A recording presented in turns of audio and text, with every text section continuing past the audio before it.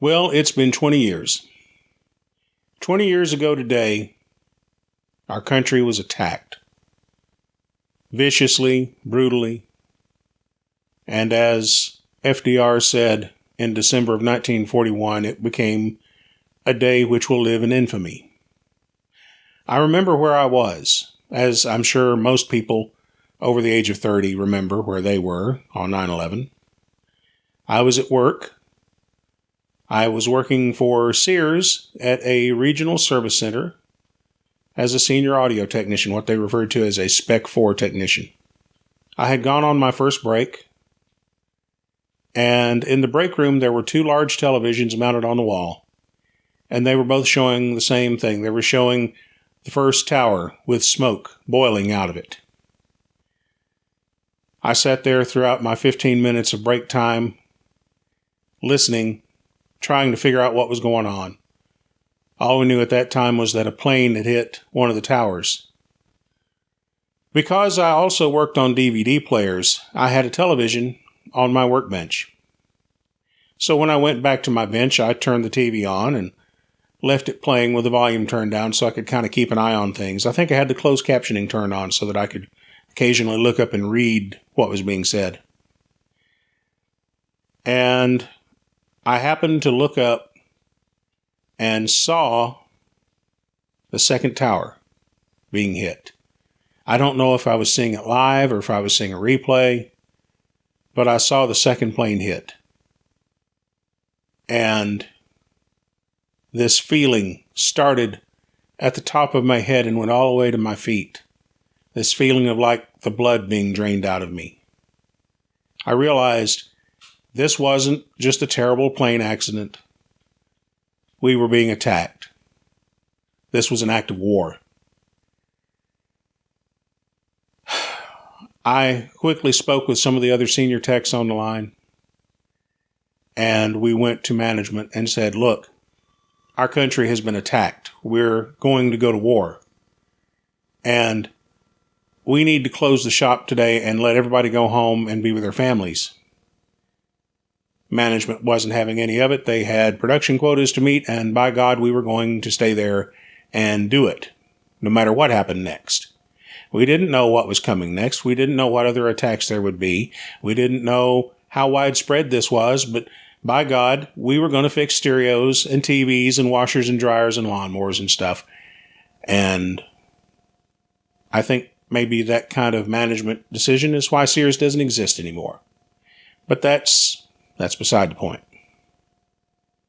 That evening I went home and my family and I watched what was going on. Stayed glued to the tube, as I'm sure pretty much everybody else did. We heard about the Pentagon.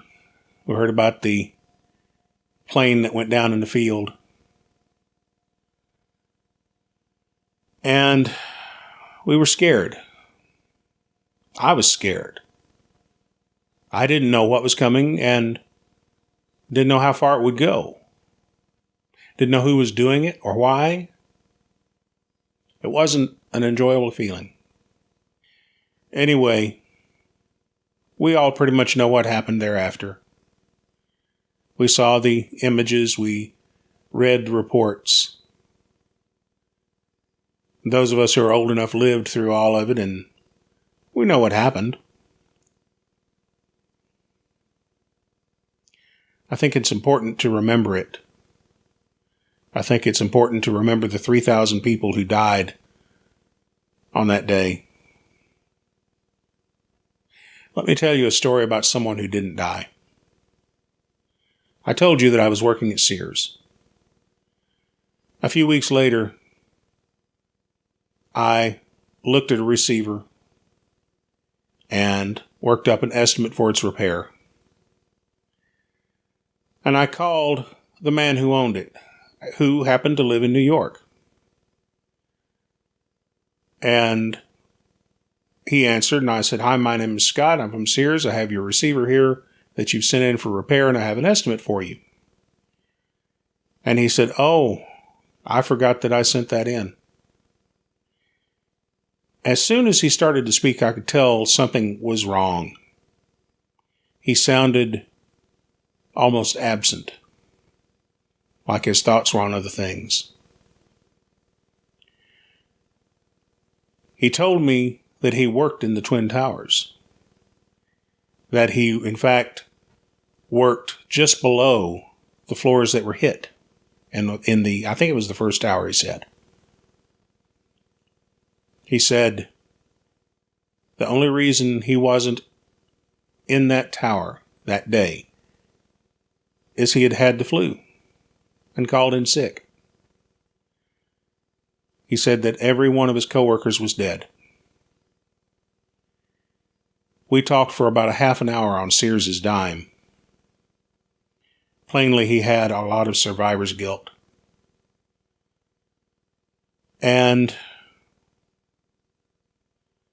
when I got off the phone with him, and I'm sorry, I don't remember the man's name, and I probably wouldn't say it on YouTube if I did know, but I don't remember his name. It's been 20 years, obviously.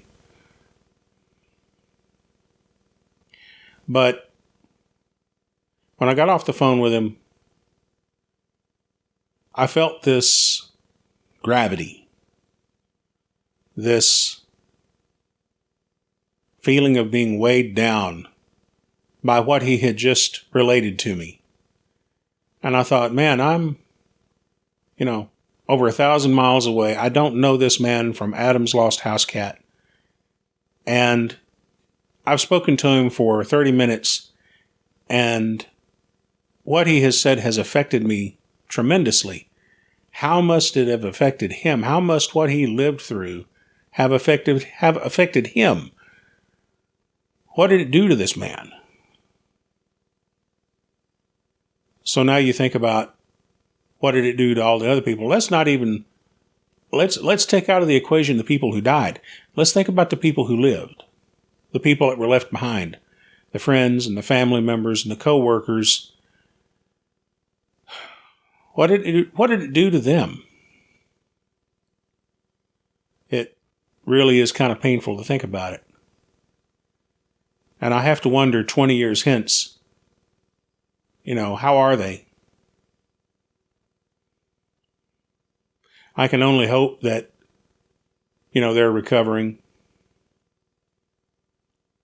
I don't know that this is something you ever fully recover from,